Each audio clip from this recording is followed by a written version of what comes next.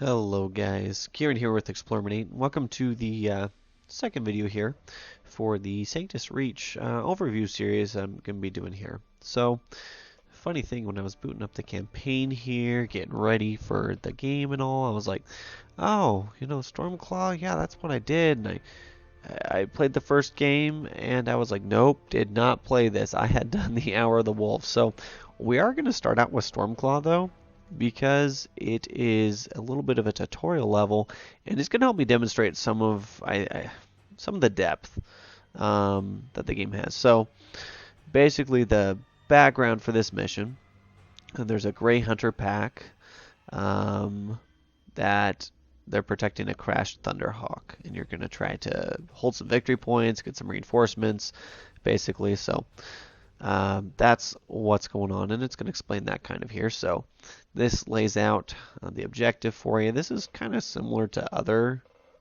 games where it's going to show you the objectives. A lot of them are victory point based, which is again actually pretty darn close to the tabletop game where they're victory point based. This is the Vengeful Howl that eventually got brought down, I guess. And this is your small squad. So you have orcs over here, orcs over there. You're going to try to get to the communications array. So we're going to see how this works. You have 7 turns to hold both of the points. So some missions do let you select which troops you want. It gives you more options than you have points for. This one, though, you basically just have what you have. Now, before we get in here, let me show a few things off. Let's look here. So, for example, we're going to look at the bolter group. So they have a power 45. That's like how much damage it's going to do. The amount of piercing damage it is. I'm looking at the stats down here. The amount of piercing, so that's how good it is against vehicles, which is 10. Bolters aren't great. Accuracy, the shots, the range, right? Range is self-explanatory. Shots, interestingly enough, that's how many like volleys your guys will let off in a single round there. Now let's compare that to something like the metagun group. A lot more power, 90 power, 90 piercing, so really good for cutting through vehicles. One shot, range 4. Right, it's a different gun, but this again is very akin to the tabletop game, which I think is great. You've also got stuff like power axes, and well, you'll see more. Let's jump right in here, but hold the line, brothers. Yep, I hope you heard that little hold the line, brothers, and then the wolf howl there. So let's get to it. I'm gonna zoom out. There is an eye here we can use. Oops. We have guys selected. That's going to show the points of cover. So interestingly enough, this is a cover modifier. So this is a forest. It's more cover than the sandbag. Don't ask me why. Probably not going to play with this on too much, but there is the tactical display, which helps you see things like range. Really, you don't need it though. Most of the I guess the UI on screen that pops up is already useful enough, which is great. Let's move you right up here. Do we see any orkies? No? Or, ooh, see some. Not going to do rally yet. Rally is a thing that boosts the morale. You don't want your troops to drop morale, or, well, like in most games, it means they're going to run away. So, definitely don't want that. They are out of range. Can't see them. Let's get this bolter group in position. And we're going to notice we are in cover here. 25% cover modifier, so that's how much it's going to dip into how much I'm damaged. There was our 3 shots. We killed some goblins, got 65 damage. Not too bad. So some of them missed. But again, remember, 45 is how much a perfect volley does. So 65, you're not too much to complain about. You do have usually 2 or 3 actions. Since they only have a bolter, we'll just pull up the stats so we can look at this. We're going to use that again. And let's shoot. Oh, that one actually did a pretty good job of cleaning up those goblins. Their morale is still there, so they're not going to run, but that's alright. So we've got some flamethrowers. Oh, these guys are cool. not going to do this right now, but obviously very good at scaring people. 25 shock compared to my 2. So going to make people run a lot faster using a flamethrower than you are a bolter, which makes sense, right? If your skin is literally on fire, you're probably going to freak out, right? Just a little bit, even if you're an orc. We're going to do our 2 volleys again here. We got a 55% accuracy, which isn't great, but might as well pepper them from afar. Do some damage. We are killing them a lot. One thing, so their morale has decreased a little bit, so they have minus 10% accuracy, as you can see, as mine is 100, so I have none. No such debuff on me. Thank you very much. These guys, these are my Blood Claw pack. They're gonna get some damage done. Oh, I can't shoot right around there? Really? I can't shoot anybody. No one in the whole wide world you want to shoot. That's a pain. Alright. And then we've got our metagun. I guess we'll run up this way. Yeah, before I hit end turn, Overwatch is an interesting mechanic. It's not going to show it here. Reaction. They have 1 reaction shot. He has 1 reaction shot. Most things have 1 reaction shot. And it's based on adjacency. So as I hover over these guys there, you see the little white targets on the ground. If someone moves in that area, they're going to get shot at automatically. So it is kind of, well, very different from XCOM in the sense that you can attack, and then if someone moves too close, you get the Overwatch shot on them. That also works for hand-to-hand melee troops are going to get shot at a little bit more. But once they get in combat, of course, they're going to get work done. But so there was my first turn. See, they got too close to my metagun. They got shot. One of them got vaporized. They got close enough to my bolters to take them out. Thankfully got the kill. That actually worked really nice. I didn't think I'd kill anyone right off the bat like that, but what do we have here? Oh, more bolter reactionary fire. A lot of goblins. So I did mention before, you see how the AI just kind of streams out. They're not really shooting. Like, I'll have to check the goblins' range, but I'm pretty sure they don't have like range 1. Like they seem to be indicating. No, all those shots missed. All those shots missed. Beautiful. So that's cover. Got 1 hit, I guess, but my guys have a lot more health with their armor and things. There's some damage. 9. Not too much. Okay. Let's see. Give me a little tip so you can hit the eye. This guy down here. Show you minimum, maximum range, things like that. So if I move through here, I'm going to get attacked by everybody. So I really have to think on that one.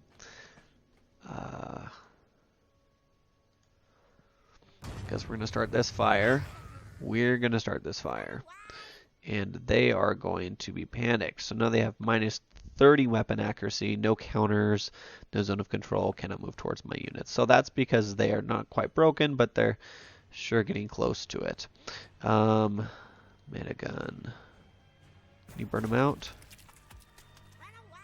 Run away, indeed. Oh, reactionary shot. Nope. Don't shoot me. Just die. Okay, that worked. And then these guys should have a second attack as well. Obviously, being space wolves versus goblins, it's pretty one-sided for most of the engagement, as it should be. But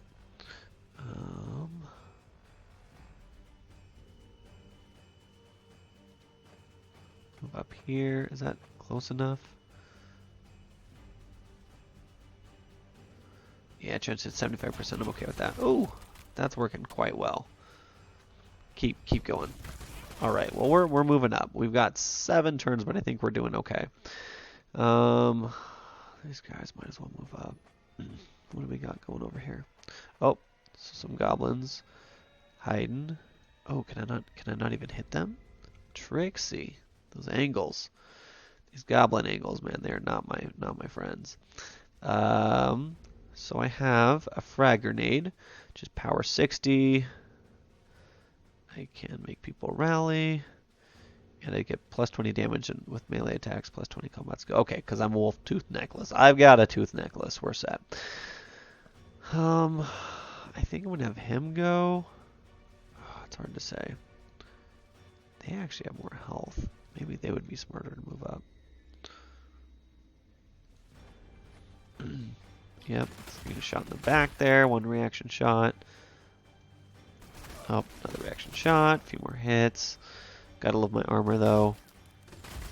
Improves my chance to reduce damage. So I have ballistic and heavy armor. So it looks like there's a difference there. Never actually noticed that here. And we're going to change swords. So damage potential high. That's just the little smart way of telling me this is the right kind of attack. You know, going back to if you're using a piercing weapon like a metagun or something, aren't quite sure. So damage-wise, 25 compared to the 15 with 2 shots. We're gonna chainsword this because it's much more satisfying to watch. There we go. Only 12. That was very disappointing. Wow. That was kind of a fail, guys, I won't lie. Let's move up here. Shoot me. I don't matter. I do matter. I'm an awesome leader. Leader of men. We're going to use our frag grenade. That's going to be on cooldown, but pretty good. 115 damage. And I still have a couple actions, so let's move in close combat. Let's work on power axing through some orcs. There we go. And let's power axe some more, I guess. Oh, right through the orc. Right through him. So there's some orc body parts there. They do disappear, though. They are biodegradable, I guess. Which is probably good. Jeez. So that's what you're gonna see. You know, shoots, explosions, limbs being chopped off, and things like that. Pretty good. And like I said earlier, I really don't think the animations or anything to complain about. I've actually found them to be pretty dang good. I feel like, but it might just be me.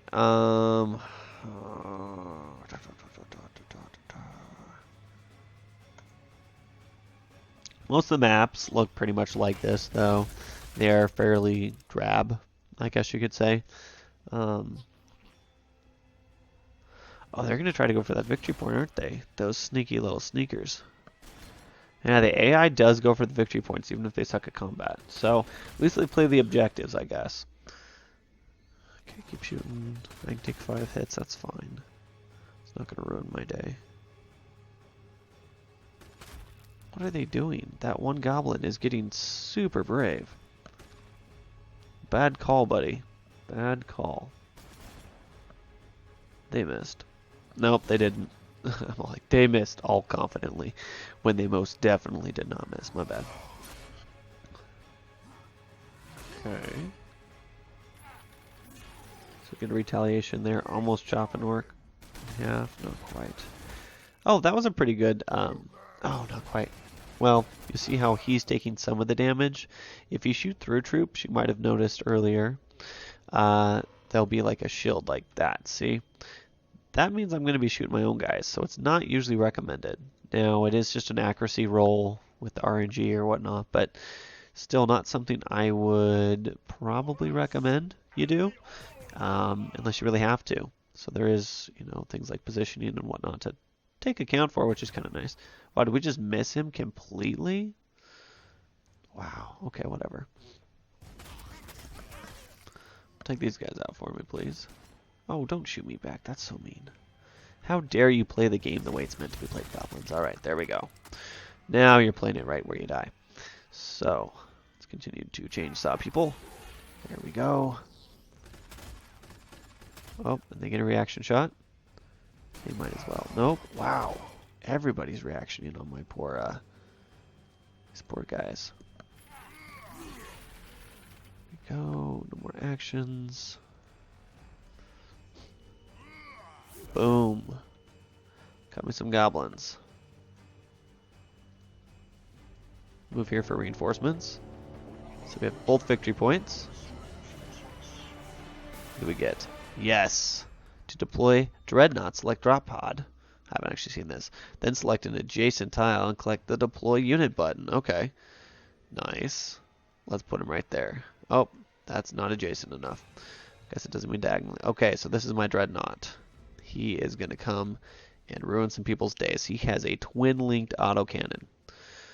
Twin-linked, 2 shots. Accuracy is 100. Damage 35, power 95, pretty good piercing. A little bit of shock. I can also wolf claw someone or heavy flamer them if I get really excited and want to burn them. So if I do that, yep, I'll hit him from here. Perfect. Start those gobos on fire. Burn, gobos, burn. There we have it. So I don't know what reinforcements the enemy's gonna have, but I'm feeling pretty good about mine right now. I got me a dreadnought. I think it's gonna be okay, guys. That's basically what I'm trying to say here. Okay. And then you can power axe them. I do have to say the fact that they're Space Wolves is just pretty much the best in the world, because Space Wolves, if I ever played 40k, I'd be doing that. Okay, so I have a chance to shoot my own guy. Thank goodness we missed, because that was some good amount of twin link shots. Oh well. Done. Move up these away, because I don't think they're gonna get past me. I'm doing pretty good here. I guess we're stuck shooting these guys. Take that gobbo out. Whoa, he's still around? He needs to go. Alright. So there's the first few turns. We will finish up this scenario in the second video. I want to keep these pretty brief. So far so good. We got a dreadnought, so I think that's our victory card. Dreadnoughts are pretty boss, but we'll see what happens in the next few turns. So catch you at the next episode here.